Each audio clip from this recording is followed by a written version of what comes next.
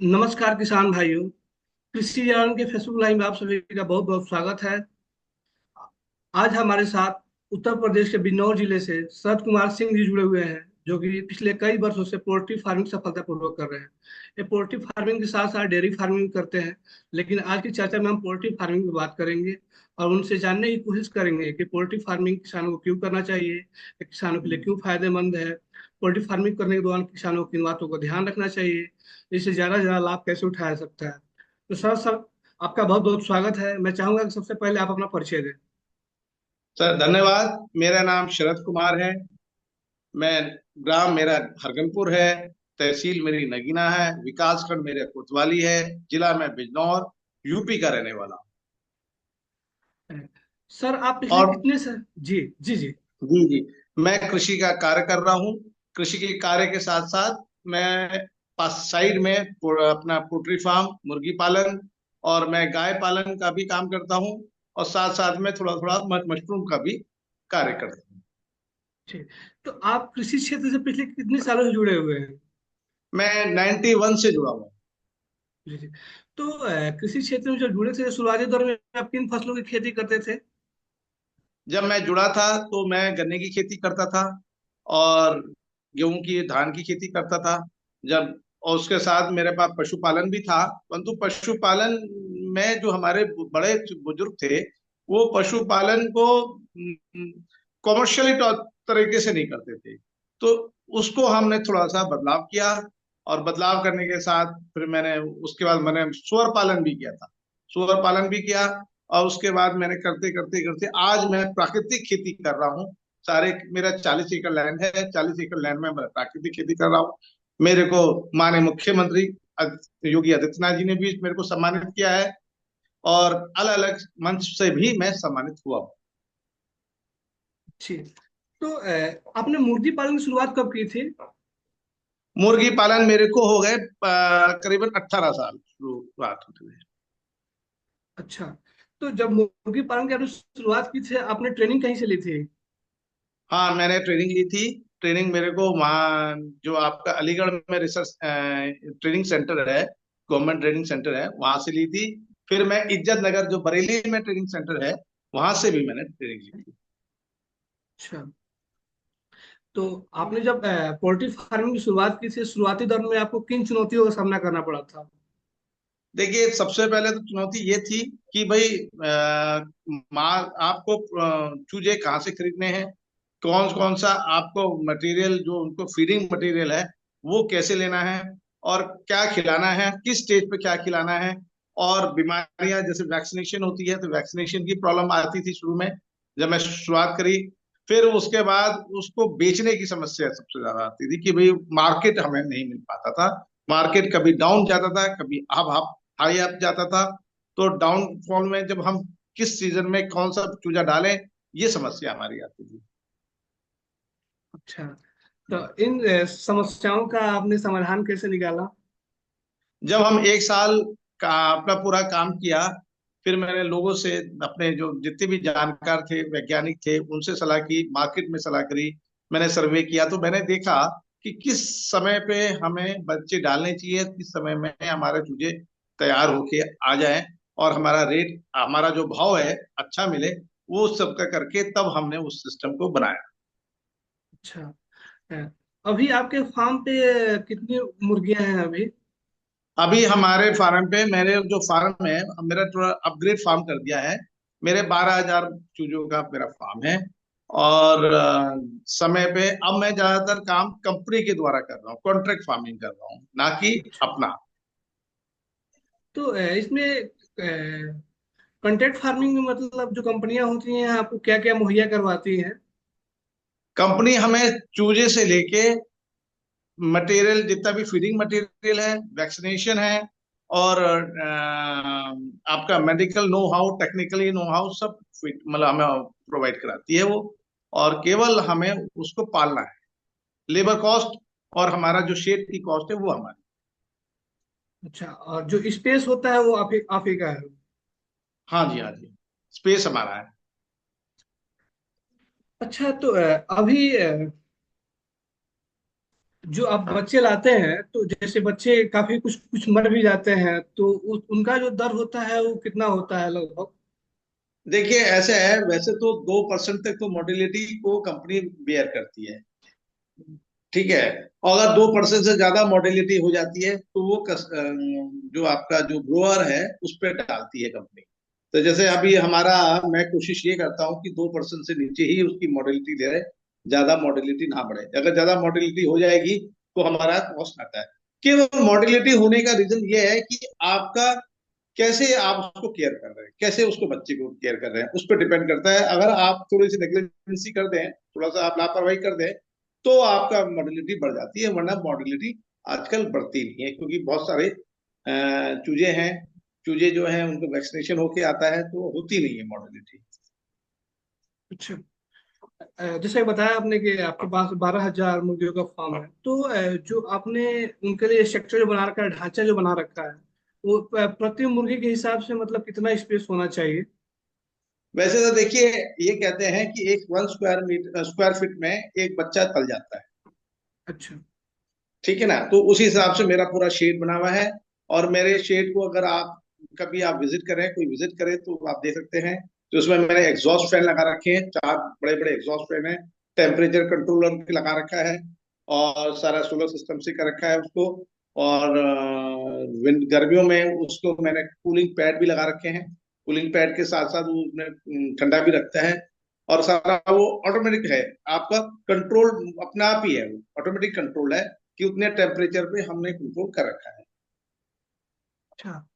अच्छा, मुर्गी मुर्गी पालन के लिए मतलब और कोई शुरुआत करना चाहता है तो अगर शुरुआती दौर में कौन सा जो माह होता है, कौन सा समय होता है सबसे उचित होता है? देखिए, अगर आप किसी को मुर्गी पालन करना चाहते हैं, तो सबसे बेस्ट जो है उसके लिए फरवरी मार्च है। फरवरी में अगर वो बच्चा डालता है, जनवरी फरवरी में, जनवरी की लास्ट में और फरवरी की फर्स्ट वीक में बच्चा डालता है, तो वो आसानी से पल जाता है। और होली आते आते उसको रेट भी अच्छा मिल जाता है, ठीक है ना।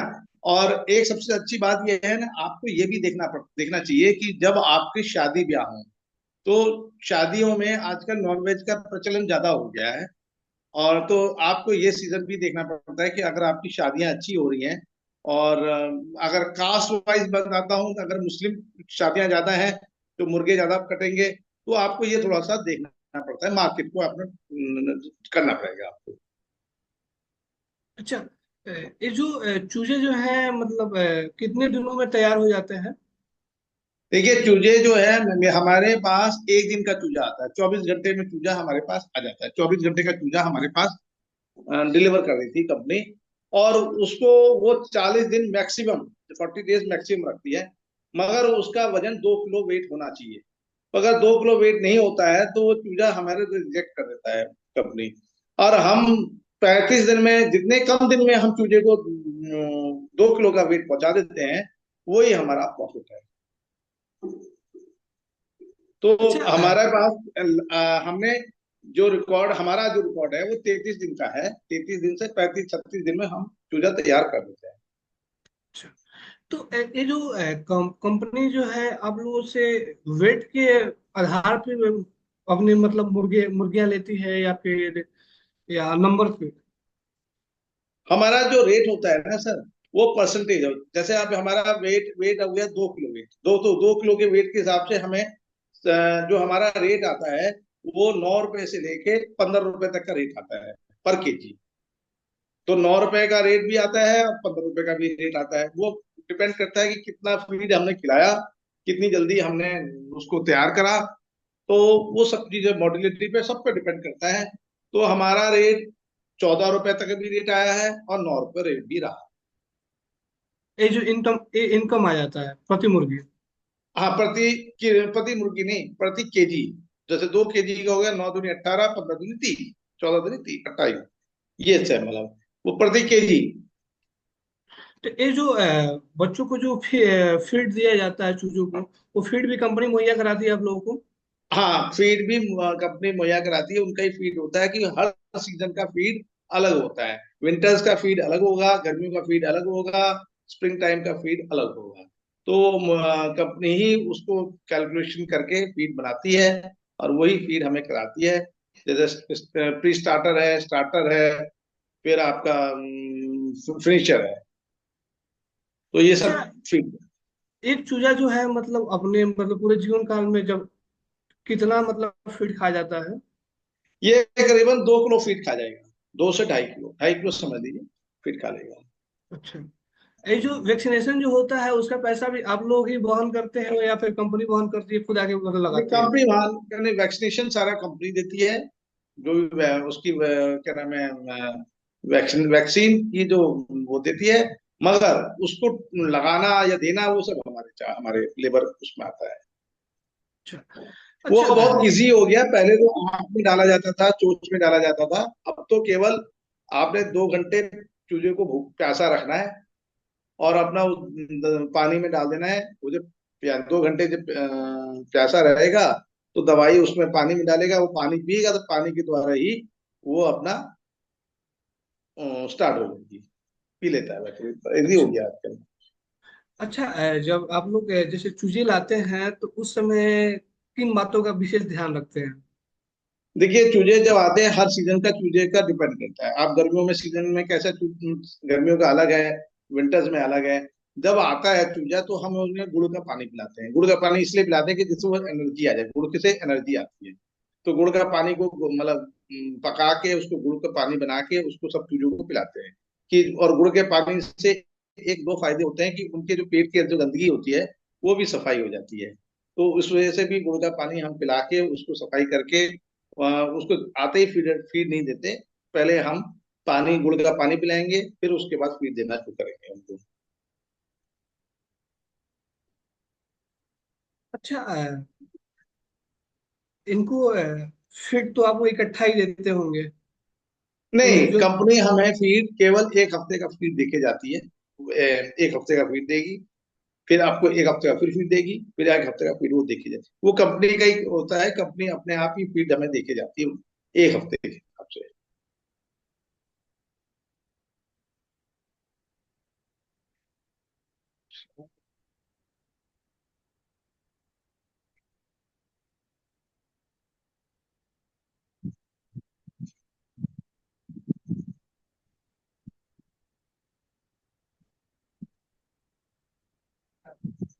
एक एक सवाल ये था हमारा कि जैसे कि आपके पास 12,000 मुर्गी वाला स्ट्रक्चर है, तो अगर कोई जी, शुरुआती दौर में अगर 1,000 स्क्वायर फीट में अगर शुरुआत करना चाहे तो लगभग लागत कितनी आ सकती है? देखिए, आप में डिपेंड करता है कि उसके पास कितना पैसा है, नहीं उसके बाद कितनी कैपिटल है, और उस कैपिटल के हिसाब से उसको काम करना चाहिए। मैं ये नहीं कह रहा, हमने भी शुरू में करीबन 3,000 बच्चों पे ही हमने काम शुरू करा। तो 3,000, 2,000 से शुरू करा, फिर हमने 3,000 करे, फिर हमने 6,000 करे, आज हम 12,000 पे कर दिए।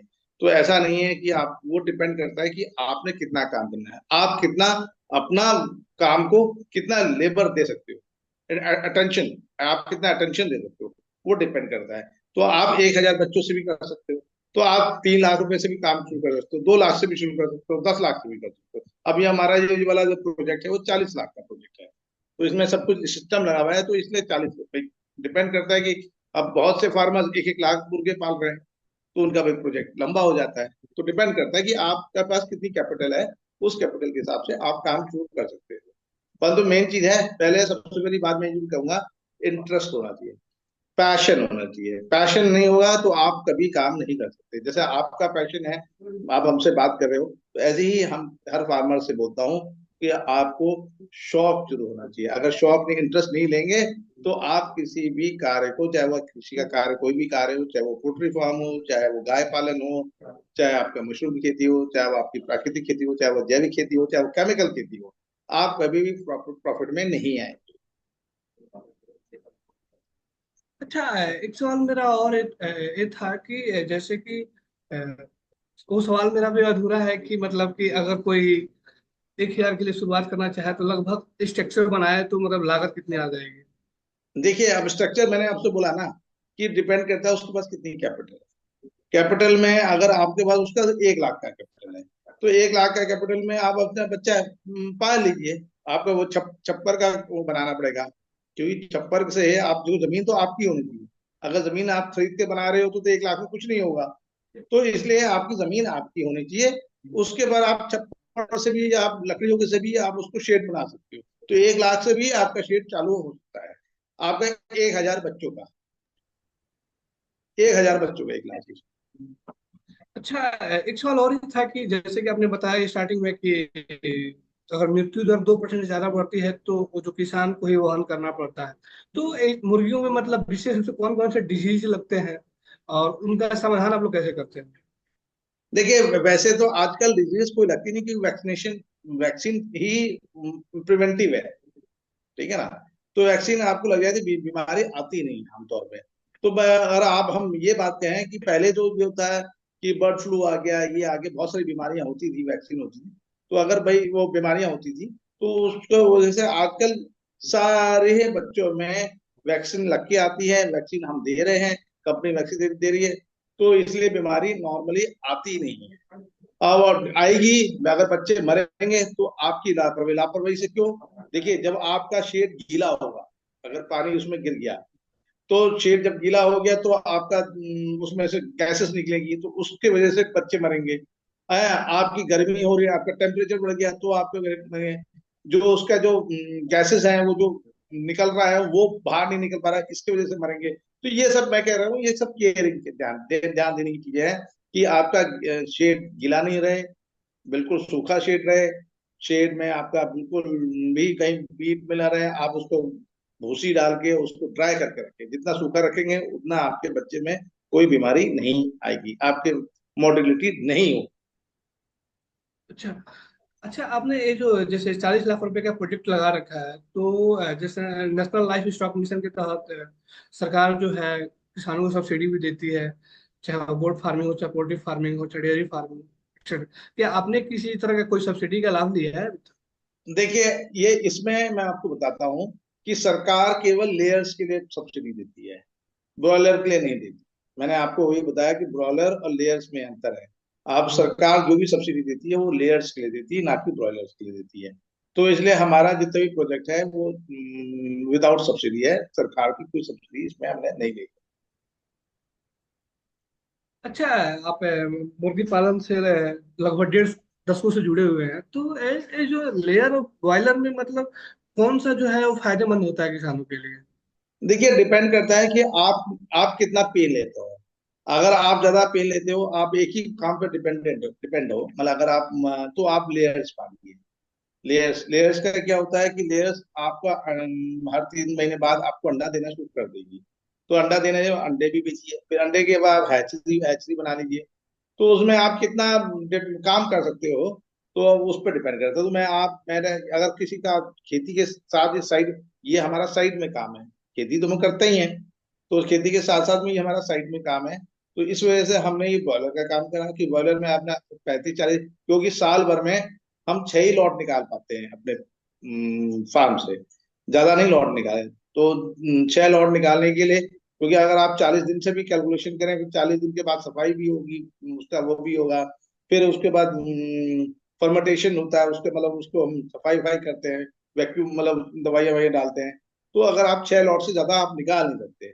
तो अगर आपने टाइम देना है पूरा, मतलब आप पूरा पोल्ट्री पे जाना चाहते हैं, तो मैं उसको उस किसान को ये कहूंगा कि वो लेयर्स पाले। अच्छा, एक सवाल ये था कि जैसे कि आपका जो मतलब प्रोजेक्ट है लगभग कितने रकबे में लगा हुआ है, और आप साल में कितनी बार हार्वेस्टिंग कर लेते हैं, मतलब कितनी बार मतलब मुर्गियां मैं तैयार हो जाती हैं? मैंने आपको बताया 6 बार हमारा लॉट निकलता है साल भर में। 6 बार हमारा मतलब समय समय पे हमारा लॉट निकलता है। 6 बार से ज्यादा हम नहीं निकाल पाते। अगर निकालते हैं तो हमारी मोटिलिटी हो जाती है, क्योंकि उसमें हम उसको सफाई वफाई नहीं करा पाते, उसमें कैसे 6 लॉट से ज्यादा हम नहीं निकाल पाते। अच्छा, और आपका जो प्रोजेक्ट लगा हुआ है लगभग कितने दायरे में है? हमारा जो पूरा ये प्रोजेक्ट है, ये करीबन 800 स्क्वायर मीटर में है। तो हमने बना रखा है पूरा, इसमें जिसमें हमारा शेड भी है। और पूरा एक, जैसे हम लोग आमतौर पे 1 बीघा बोल देते हैं आम भाषा में, 1 बीघा में। हम्म। तो उस वो 1 बीघा में है, जैसे 1 एकड़ में 5 बीघा होता है हमारे यहाँ, तो 1 बीघा में है। ये करीबन 800 साढ़े 800 स्क्वायर मीटर आता है शायद 1 बीघे में। अच्छा, इसके लिए आपने कितने मजदूरों को रखा है आपने अपने फार्म पे? इसमें हमने हमारे पास केवल एक ही लेबर लगी हुई है, दूसरा मैं। अच्छा, पूरा एकदम लगे पड़े हैं उसमें आप, सही है ये। हाँ, नहीं देखिए, इसमें एक चीज है, पानी हमारा जो है वो सारा उससे पीते हैं, पाइपलाइन है, पाइपलाइन से है। केवल फीड हमने ही हमने वो उसमें डिब्बे में डाल के देते हैं, वो हमारा मैकेनाइज नहीं है। मगर जितना वाटरिंग है वो हमारा सारा मैकेनाइज है। टेम्परेचर हमारा मैकेनाइज है। और हमारा जो ब्लोअर है, जो गर्म करने वाला, जो गर्म करते जो हीट बना के रखता है, टेम्परेचर को मेंटेन करता है, वो हमारा कंप्यूटराइज है।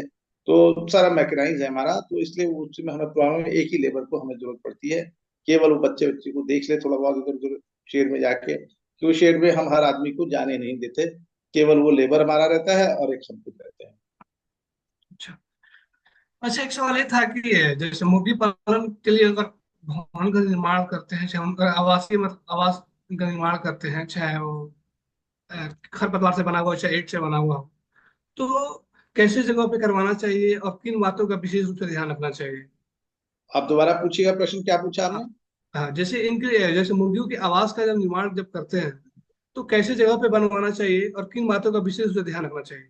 हाँ, अब ये देखिए देखिए, अब आप इसको, इसमें सबसे बड़ी बात यह है कि हवादार, जहाँ हवादार क्रॉस हो, तो उनमें जो खुली जगह में आपको बनाना चाहिए। ये नहीं कि आप अपने कई गाँव में बना लें या कहीं बना लें कि हवा क्रॉस नहीं हो, क्योंकि हवा जब तक क्रॉस नहीं होगी तो आपका मुर्गी की को ग्रोथ नहीं हो पाएगी, और वो आपकी हवा निकल नहीं पाएगी। तो इसलिए मैं आपको ये कहता हूँ हवादार में। और दूसरी चीज है, मैं ये कहता हूँ कि नॉर्थ, आपको ये आपको ईस्ट टू वेस्ट बनाना चाहिए। आमतौर पर ईस्ट टू वेस्ट इसलिए बनाना चाहिए कि ईस्ट टू वेस्ट आप जाएंगे तो नॉर्थ साउथ में जाके साउथ में सन आएगा लास्ट में, ईस्ट से आपका राइज होगा और साउथ में सनसेट होगा। तो सनसेट जाता है तो उससे आपकी धूप, जैसे हमारे हमारे पूर्वजों ने एक चीज और बता रखा है कि आदमी का घर नॉर्थ नॉर्थ और ईस्ट में होना चाहिए। और पशु का और किसी जीव का, मतलब जो उसका होता है, उसका घर साउथ की डायरेक्शन में होना चाहिए, साउथ और वेस्ट की डायरेक्शन में होना चाहिए। तो मैं इसीलिए आपको बोल रहा हूँ कि ईस्ट और वेस्ट के डायरेक्शन में घर होना चाहिए उसका, जिससे हवा भी जो चलती है पूर्व और पश्चिम ज्यादा चलती है, पहाड़ मतलब उत्तर और दक्षिण की हवा कम चलती है। अच्छा, एक सवाल, एक व्यक्तिगत सवाल है आपसे, मतलब कि अभी आपकी ओवरऑल एनुअल लागत कितनी आ जाती है और इनकम कितना हो जाता है ओवरऑल? ये बात अब हमसे जरूर सारा आदमी हमसे जरूर पूछता है। देखिए हम्म। ऐसा है, इनकम हमें अच्छी खासी हो जाती है। और लागत तो देखिए मैंने बताया ना आपको, उसकी भी लेबर की होगी, फीड की होगी, बाकी फीड तो हमारा कुछ है नहीं। हमारा केवल शेड बना हुआ है, शेड हमें देता है। हम कम से कम अपने इनमें से करीबन 20 के आसपास हम कमा लेते हैं, है ना, साल भर। अच्छा, आप लगभग 1.5 वर्ष से आप मुर्गी पालन कर रहे हैं। आप अपने अनुभव के आधार पे जो किसान मुर्गी पालन करना चाहते हैं या जो मुर्गी पालन कर रहे हैं अपने और अपने पोल्ट्री फार्मिंग को लाभकारी बनाना चाहते हैं, तो उनको क्या मैसेज देना चाहेंगे? देखिए, मैं मैसेज मैंने पहले ही आपको बोला कि आप जब मुर्गा पालन करें या कोई भी काम करें, उसमें सबसे पहले इंटरेस्ट लें। इंटरेस्ट जब आप लेंगे तभी आप उसको काम कर पाएंगे। अगर आप इंटरेस्ट ये सोचते हैं कि भाई चलो मेरे को इतना पैसा मिल रहा है मैं भी कर लेता हूँ, तो आप नहीं कर पाओगे। मैं ये जरूर है कि आपने इंटरेस्ट लेके उसके पूरे सर्वे करिए कि कहाँ से बच्चा लेना है, कैसे बनाना है, कैसे कहाँ करना है, ये सब कुछ जरूर सर्वे करिए। बिना सर्वे करके आप अगर काम करते हो तो आपको नुकसान आएगा। दूसरा चीज ये जो है, मैं किसान को जरूर भाई को कह दी, किसान अपने हर किसान भाई को जरूर कहना चाहता हूँ कि पोल्ट्री फार्म करना आसान काम भी नहीं है और मुश्किल काम भी नहीं। आपने अगर आपने इंटरेस्ट लिया तो उसको मुश्किल को आसान कर देंगे, और अगर आपने इंटरेस्ट नहीं लिया तो आसान से आप मुश्किल कर लेंगे। तो आपसे मेरे सबसे यही है कि उसमें जरूर सोच समझ के काम करें। आपने बहुत महत्वपूर्ण जानकारी दी है और आशा करता हूँ कि जो भी किसान भाई हमारे इस बीच चर्चा को सुन रहे होंगे, देख रहे होंगे, तो जरूर इससे भविष्य में लाभान्वित होंगे। इसी के साथ इस चर्चा को मैं समाप्त करना चाहूंगा, लेकिन उससे पहले एक चीज मैं बताना चाहूंगा कि कृषि जागरण जो है पिछले 28 साल से कृषि क्षेत्र में निर्बाध रूप से काम करता आ रहा है। और इस दौरान कृषि जागरण ने किसान हित में कई सारे पहल भी किए हैं। पिछले वर्ष कृषि जागरण ने millionaire farmer of India award का आयोजन किया था, जो कि पूसा IRI मेला मैदान में हुआ था। और इसमें देश भर के सभी राज्यों से किसान आए थे, जिनको जिले स्तर, राष्ट्रीय स्तर, राज्य स्तर पर सम्मानित किया गया था। इनमें वो किसान आए थे जैसे मिलियनर फार्मर ऑफ इंडिया, यानी मिलियनर यानी वो किसान जिनकी सालाना इनकम 10 लाख रुपए से ज्यादा है, तो उन किसानों को सम्मानित किया गया था। तो पिछली बार जो 15 कैटेगरी में किसानों को सम्मानित किया गया था, लेकिन इस बार जो है 300 कैटेगरी है, जिसमें पोल्ट्री फार्मिंग भी है, डेयरी फार्मिंग भी है, कैश क्रॉप जो भी है, धान गेहूं, मतलब हर एक क्रॉप और एनिमल हस्बेंड्री से रिलेटेड सारे डिवीजन को मतलब कवर किया गया है। तो हम चाहेंगे कि आप जैसे जो फार्मर है, million farmer of India website पे जाकर गूगल पे सर्च करके MFY सर्च करेंगे तो वेबसाइट आ जाएगा, उस पर विजिट करके अपना रजिस्ट्रेशन कर सकते हैं। यदि किसी अन्य के जो ज्यूरी जो मेंबर हैं उनकी तरफ से और उनको शॉर्टलिस्ट किया जाता है तो उनको आमंत्रित किया जाएगा, और 1 से 3 दिसंबर तक यही इस बार भी पूसा नई दिल्ली में आयोजित होगा, वहां पे आके अवार्ड ले सकते हैं। तो इसी के साथ सर मैं इस चर्चा को मैं यहीं पर समाप्त कर रहा हूँ। कृषि जागरण से जुड़ने के लिए आपका बहुत बहुत धन्यवाद। आशा करता हूँ आप ऐसे ही आगे भी जुड़े रहेंगे। जी ठीक नमस्कार। है, धन्यवाद सर, धन्यवाद।